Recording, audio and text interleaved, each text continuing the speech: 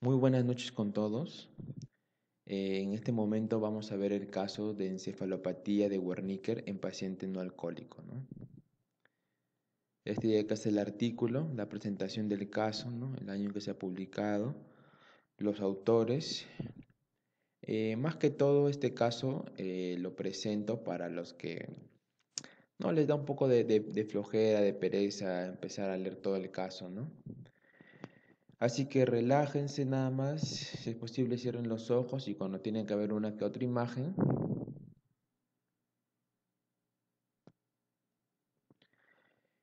bueno, lo van abriendo, ¿no? Me voy a tomar mi tiempo para explicarlo porque así vamos aprendiendo ambos, ¿no? Muy bien, empezamos.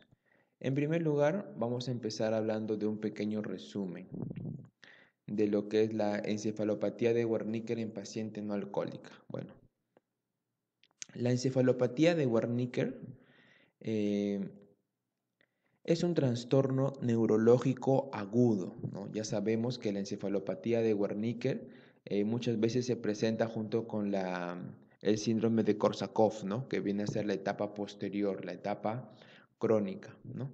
Y es reversible debido a que se produce por una deficiencia de tiamina.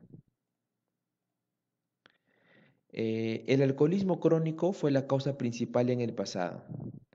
Actualmente existen muchas otras situaciones que favorecen esta afección.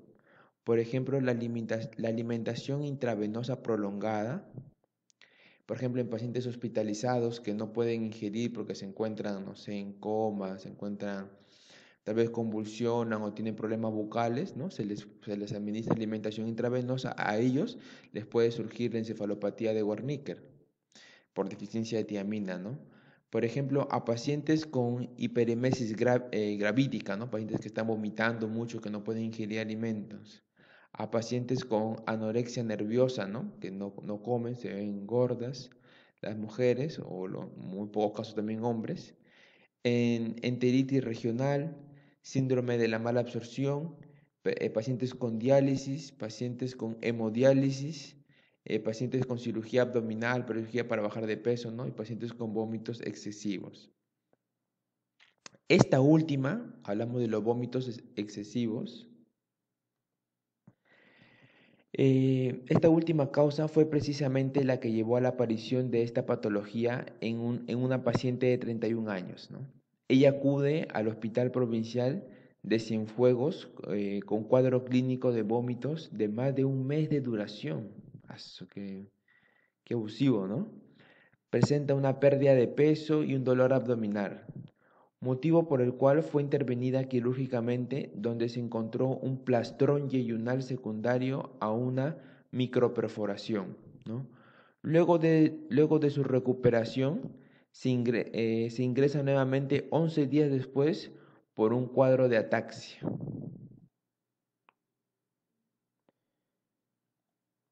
Bueno, y solo para aclarar, la ataxia vendría a ser el deterioro en el equilibrio o la coordinación debido a daños en el cerebro, en los nervios o en los músculos, ¿no? También la paciente presentaba desviación del ojo derecho hacia el ángulo nasal por parálisis del sexto par craneal y presentaba confusión mental, ¿no? Se piensa eh, primeramente en un síndrome de Guillain-Barré y al realizar una resonancia magnética nuclear de cráneo ya se describe la presencia de lesiones hipointensas relacionadas con la presencia de una encefalopatía de Wernicke, ¿no? Las palabras claves vendrían a ser la encefalopatía de Wernicke y el informe de casos. Muy bien, ahora hablemos un poco de lo que es la introducción. Ustedes relájense, muchachos. A ver, dice. La encefalopatía de Wernicke es una enfermedad poco frecuente, pero de consecuencias muy graves. Se distingue por la triada de confusión, ataxia y oftalmoplegia, ¿no? Muchos estudios, esto ya no está acá en la introducción, muchos estudios afirmaban que necesitan solamente dos de esta triada clínica para poder diagnosticar como un cuadro de encefalopatía de Wernicke, ¿no? Dice, cuando hay déficit de memoria o de aprendizaje se denomina síndrome de Wernicke-Korsakoff, ¿ya? Siempre y cuando haya déficit de memoria o aprendizaje. Fue descrita por primera vez en 1981 por Karl Wernicke, que es un psicopatología, es un fisiopatología que interviene en el metabolismo de la glucosa y la tamina. Perdón, chicos, estoy que leo mal. Nos dice, fue descrita por primera vez en 1981 por Karl Wernicke, ¿no? En su fisiopatología interviene el metabolismo de la glucosa y la tiamina. El informe de Wernicke correspondió a 3 pacientes con antecedentes de alcoholismos crónicos y de ahí que se ha relacionado la enfermedad con el alcoholismo. Bueno, yo tengo otra referencia que me dice que abarcan de 3 pacientes que estudian, 2 presentaban alcoholismo y 1 no, ¿eh? Pero bueno, aquí también me presenta de esta manera, dice. Las anormalidades oculares consisten en el nistagmo horizontal o vertical, ¿no? Que son los problemas oculares, parálisis o paresia de los músculos del recto externo y de las miradas conjugadas, siendo común la diplopía y el estrabismo convergente. En etapas avanzadas de la enfermedad puede ocurrir miosis y no reactividad popular, así como la discreta hemorragia retiniana en el paro de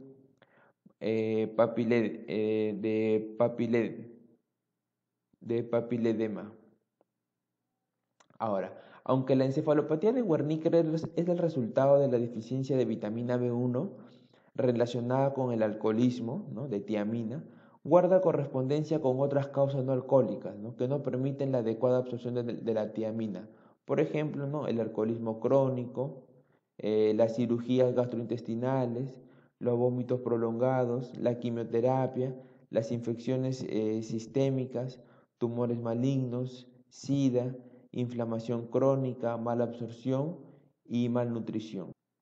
Ahora, en cualquiera de las formas de presentación de la encefalopatía de Wernicke, la falta de diagnóstico precoz conduce a la psicosis de Korsakoff, ¿no? Que es la etapa crónica ya de la enfermedad, e incluso a la muerte, por lo que ante la detección de la enfermedad debe considerarse una emergencia médica y se tiene que indicar tratamiento lo más antes posible, aun cuando todavía no esté el diagnóstico, pero cuando haya sospecha del diagnóstico este, siempre se tiene que iniciar el tratamiento lo más antes posible, ¿no? Por lo tanto, lo anterior decimos presentar en este caso por la importancia del diagnóstico y el tratamiento oportunos de esta entidad, sobre todo en pacientes no alcohólicos, ¿no? Entonces, ahora vayamos a presentar el caso.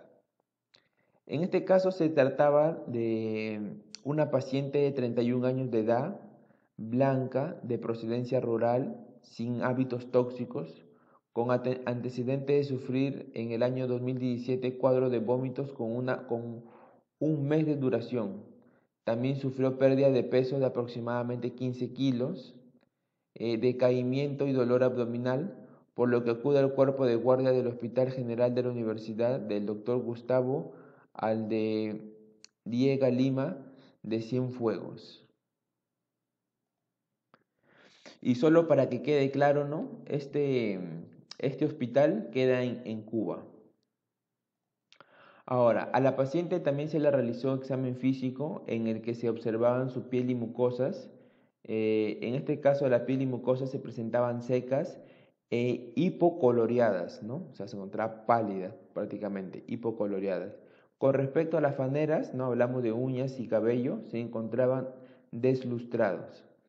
Con respecto al tejido celular subcutáneo, que es importante también realizar el examen físico del tejido celular subcutáneo, no infiltrado con pliegues cutáneos.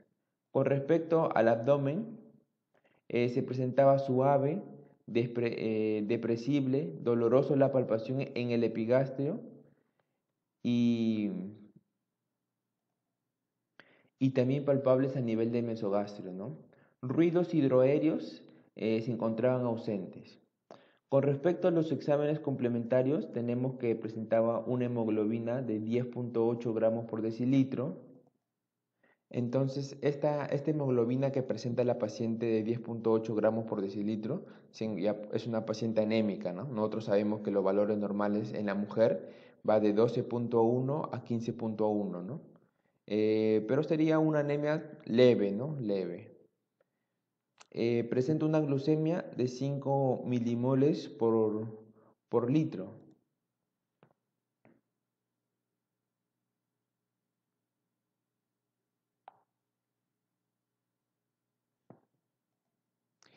En este caso, la paciente se encuentra en los rangos correctos, ya que los niveles de glucemia en milimoles vienen a ser de 4 a 7 milimoles en ayunas, ¿no? Eh, y de 10 milimoles por litros 1 hora y media después de las comidas. Con respecto a los niveles de creatinina, la paciente presentaba 87 milimoles por litro. Presentaba leucograma, ¿no? De 10.3 por 10 a la 9. Esto de acá tiene que ir como exponente, ¿no? Milimoles por litros. Potasio presentaba 4.1 milimoles por litro.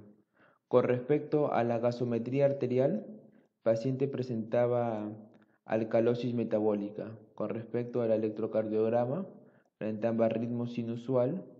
Y con respecto al UTS abdominal, al ultrasonido abdominal, se presenta una imagen compleja a nivel del mesogastrio, por lo que se sugiere realizar luego del ingreso un tránsito intestinal, ¿no?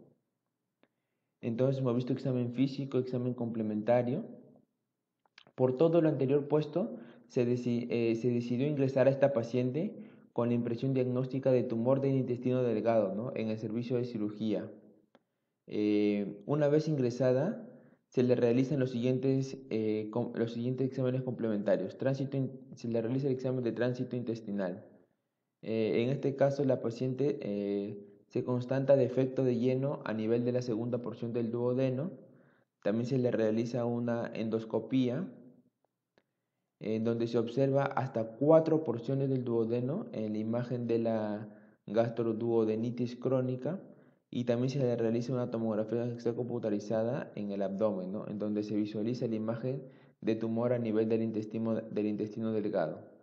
Se decide realizar tratamiento quirúrgico, en lo cual se consta plastrón yeyunal secundario a microperforación, y se realiza una lisis bridas, ¿no? Liberación de yeyuno. Se resecan aproximadamente 20 centímetros del mismo a 20 centímetros del ángulo duodeno-yeyunal. Más tarde se ejecuta anastomosis a término terminal, ¿no? En 2 planos, y se deja drenaje cerca de la anastomosis. A los 4 días se mantuvo con posoperatorio sin complicaciones, por lo que se decide el alta médica. Luego de 11 días del egreso, se recibe a la paciente nuevamente con un cuadro de ataxia, como ya lo había mencionado, desviaciones del ojo derecho hacia el ángulo nasal por parálisis del sexto par craneal y confusión mental, ¿no? Entonces, con respecto al examen físico de piel y mucosas, encontrábamos lengua enrojecida, las faneras, ¿no? Ahí habíamos mencionado también uña y cabello deslustrado. Con respecto al aparato respiratorio, murmullo vesicular audible con estertores crepitantes en ambas bases pulmonares. Con respecto al sistema nervioso central, paresia bilateral del sexto par a predominio derecho, nistagmo horizontal y vertical espontáneo, en posición primaria de mirada, hipotonía generalizada con disminución de los reflejos y la sensibilidad de forma global. Ahora, entre los exámenes complementarios, hemograma, como ya les había mencionado, ¿no? Una anemia ligera. Con respecto a la lámina periférica, habíamos visto anisocitosis, anisocromia, macrocitosis positiva, policromatofilia, leucocitos adecuados en cifras discretas, desviación hacia la izquierda, no eritroblastos, plaquetas adecuadas y agregadas. Con respecto a las proteínas plasmáticas disminuidas con inversión del índice serina-globina. Con respecto a la hemogasometría ligera, alcalosis respiratorias. Con respecto al reactivo para las inmunoglobulinas MG no eran reactivos. Para el VIH y VDRL tampoco era reactivo. Con respecto a se realizó también una punción lumbar, en donde salió proteinorraquia de 0,94 gramos por litro y PANDI positivo. En respecto al TAC de cráneo simple, ¿no? Tomografía axial computarizada de cráneo simple, no presentaba alteraciones, directo cardiograma, apenas una taquicardia sinusual. Ahora, se decidió el ingreso a la paciente al servicio de neurología con una impresión diagnóstica del síndrome de Guillain-Barré, ¿no? Eso habíamos mencionado. En la sala de neurología se constata el empeoramiento del cuadro neurológico y se decide trasladar a la unidad de cuidados intensivos polivalente, donde se realiza una resonancia magnética de cráneo en la cual se informa lo siguiente, que la secuencia T2 y FLAIR, lesiones hiperintensas simétricas bilaterales y localizadas en el tálamo, miren, interesante, localizadas en el tálamo, en la sustancia gris periaconductual, así como el realce grisiforme. Y aquí nos daban las dos resonancias magnéticas, ¿no? Encefalopatía de Wernicke, secuencia T2, que se observa en lesiones hiperintensas simétricas bilaterales localizadas en el tálamo de la sustancia gris periconductual, así como realce grisiforme, ¿no? Aquí vemos la primera resonancia magnética. Y aquí estamos viendo la segunda, ¿no? También encefalopatía de Wernicke. Lesiones a niveles talámicas, hiperintensidad, ¿no? Que señalen ambos tálamos de manera simétrica. Hablemos un poco de la discusión. El síndrome de Wernicke se origina por un déficit de la vitamina B1 de tiamina, coenzima esencial del metabolismo de los hidratos de carbono y de aproximadamente 24 enzimas cruciales en la producción de energía, ¿no? Se utiliza utilización de la glucosa en el ciclo de las pentosas fosfatos, ¿sí? Específicamente actúa con la enzima transquelotasa, si no me equivoco. Metabolismo de los lípidos, producción de aminoácidos de cadena ramificada, ¿no? Los BCAAs, y mantenimiento de la vaina de mielina. Cuando existe un déficit de tiamina, se produce un concomitante déficit de la actividad de enzimas como la transquelotasa, ¿no les digo? La alfa-glutarato deshidrogenasa y la 2-oxoglutarato deshidrogenasa, que resulta en el aumento del glutamato intracelular con muerte celular apoptótica secundaria a citotoxicidad, o incluso por sobreexposición del oncogen FOS, ¿no?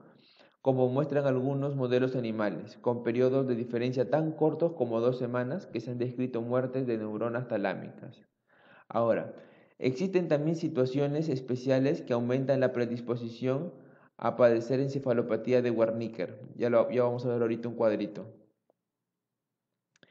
Siendo en nuestro caso precisamente los vómitos excesivos acompañados de la malnutrición y posteriormente la cirugía gastrointestinal recibida, las causas que llevaron a la depresión de tiamina con la consiguiente aparición de la encefalopatía de Wernicke, ¿no? En la paciente, que no era consumidora de alcohol. Entonces, había mencionado que existen situaciones especiales que aumentan la predisposición de padecer encefalopatía de Wernicke. Aquí tenemos el cuadrito que nos menciona el artículo. Estos son los factores de riesgo que predisponen a padecer una encefalopatía de Wernicke. Tenemos alcoholismo como primera causa, ¿no? O como primer factor de riesgo. Vómitos excesivos, que es el caso de la paciente. Tenemos hiperemesis gravídica,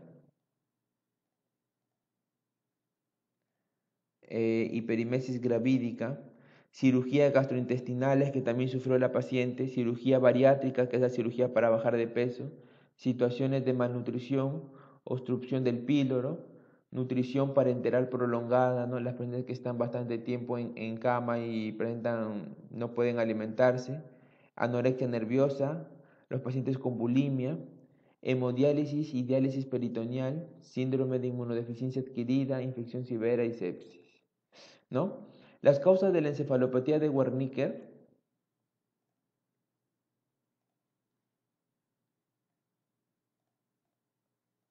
convergen en la ciencia sistémica de la tiamina, ¿no?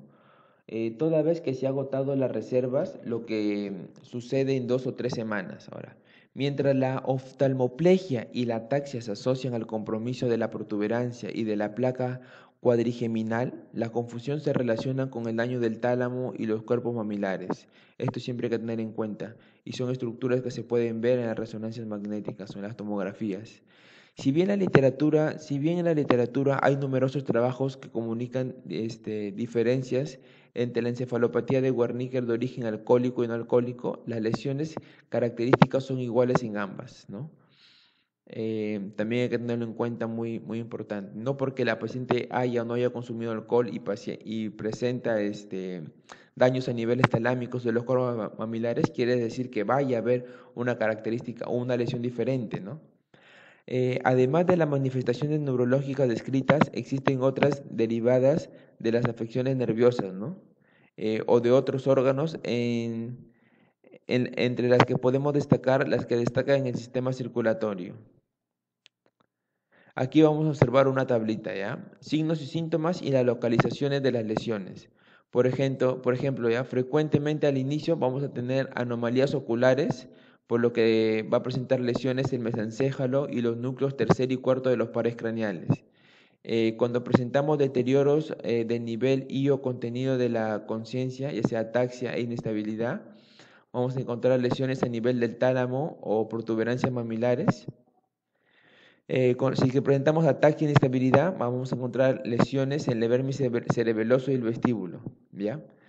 Ahora veamos, esos son los síntomas y signos más frecuentes. ¿Qué pasa si es que nosotros ya hablamos de síntomas y signos más infrecuentes, ¿ya? Si que presentamos estupor, lesiones en el tálamo. Si que presentamos hipotermia, lesiones en las regiones posteriores del hipotálamo. Ya que el hipotálamo es el centro termorregulador por excelencia del organismo, por cierto. Si es que presentamos crisis convulsivas, lesiones debido a una excesiva actividad glutamatérgica. Si encontramos hipoacusia, lesiones en el tálamo también. Y en la fase tardía vamos a encontrar hipertermia, vamos a encontrar lesiones en las regiones anteriores del hipotálamo, aumento del tono muscular y parestesia espástica, ¿no? Lesiones en la vía piramidal y córtex motor, eh, discinesias coreicas, ¿no? Lesiones en las áreas mesopontinas, y con respecto al coma vamos a encontrar lesiones talámicas o tuberculosas mamilares. Ahora, la encefalopatía de Wernicke es un diagnóstico fundamentalmente clínico, ¿ya? Eso sí que quede muy claro. Que puede ser confirmado por los niveles de tiamina en la sangre y en la orina. Como prueba de imagen, la más específica es la resonancia magnética. No obstante, se debe realizar un diagnóstico diferencial con otras posibles causas de encefalopatía, como por ejemplo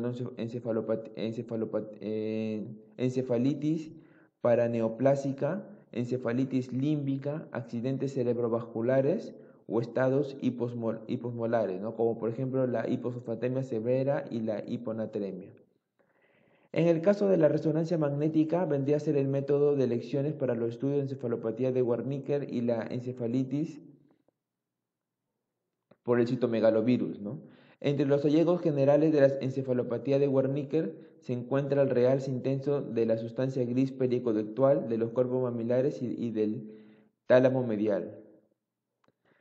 Estas regiones, tanto la sustancia gris periconductal, los cuerpos mamilares y el tálamo, se van a encontrar realzados, no se van a observar un realce. El tálamo medial me refiero a que se encuentra adyacente al tercer ventrículo, y también va a encontrar un realce el hipotálamo. Aquí tenemos un cuadrito explicándonos esto de acá, ¿no? El estudio de la imagen diagnóstica, tomografía computarizada cerebral, usualmente es normal. Respecto a la resonancia magnética, en la secuencia T1 sí vamos a encontrar hipointensidades de sustancia gris periconductual, cuerpos mamilares, hipotálamo y tálamo medial. Con respecto a la secuencia 2, vamos a encontrar ya encefalopatía crónica, hablamos de una atrofia de los cuerpos mamilares identificados en cortes sagitales, hiperintensidad alrededor del tercer ventrículo, cuerpos mamilares, hipotálamos y tálamo medial y sustancia de la gris periconductual. En el caso de Flyer vamos a encontrar hallazgos similares a los que se encuentran en T2, por eso que siempre hemos visto, por ejemplo, en las que hemos visto acá, ¿no? resonancia magnética axial y FLIR en T2, resonancia magnética y FLIR también en T2, ¿no? El DBWI vamos a encontrar usualmente en las áreas afectadas van a presentar restricción a la difusión, ¿no? También vamos a encontrar una medicina nuclear. A través de la medicina nuclear vamos a observar hipometabolismo del diencéfalo, áreas retroespinales, sistema límbico y lóbulo temporal, ¿no? Entonces, solamente para que quede claro, por si acaso no haya quedado claro, el FLY es el fluido atenuante de inversión recovery, ¿no? Por siglas en inglés. El DBWI, la Diffusion Weinstein Magnetic Resonancia Imagen, o sea, una resonancia magnética de imagen por difusión. Y el PET de la medicina nuclear es la posición de la emisión de la tomografía. Ahora, ya para terminar como último punto, si el déficit de la tiamina se corrige oportunamente mediante la administración endovenosa, no va a generar déficit neurológico significativo. Sin embargo, puede percibir trastornos de la memoria conocido como la psicosis de Korsakoff, ¿no? Que ya viene a ser la etapa crónica de esta enfermedad. Muchos pacientes consideran que el síndrome de Wernicke-Korsakoff, por ejemplo, de estos dos, es solamente una enfermedad, ¿no? Sino que en diferentes etapas. La encefalopatía de Wernicke es la fase aguda y ya el síndrome de Korsakoff es la fase crónica, ¿no? La mayoría de los casos de Wernicke se pierden de ser tratados, ¿no? Probablemente porque los pacientes no presentan los signos clásicos de esta enfermedad. La obtención de los niveles séricos elevados de tiamina durante el tratamiento por vía intravenosa es imprescindible para restaurar la función cognitiva lo más rápidamente posible, ¿no? Y tratar de evitar las evoluciones de las secuelas neurológicas irreversibles. Ahora, el tratamiento va a consistir de 100 a 500 miligramos de tiamina 2 o 3 veces al día por 3 a 5 días, ¿no? Diluidos en 100 mililitros de solución salina, también importante.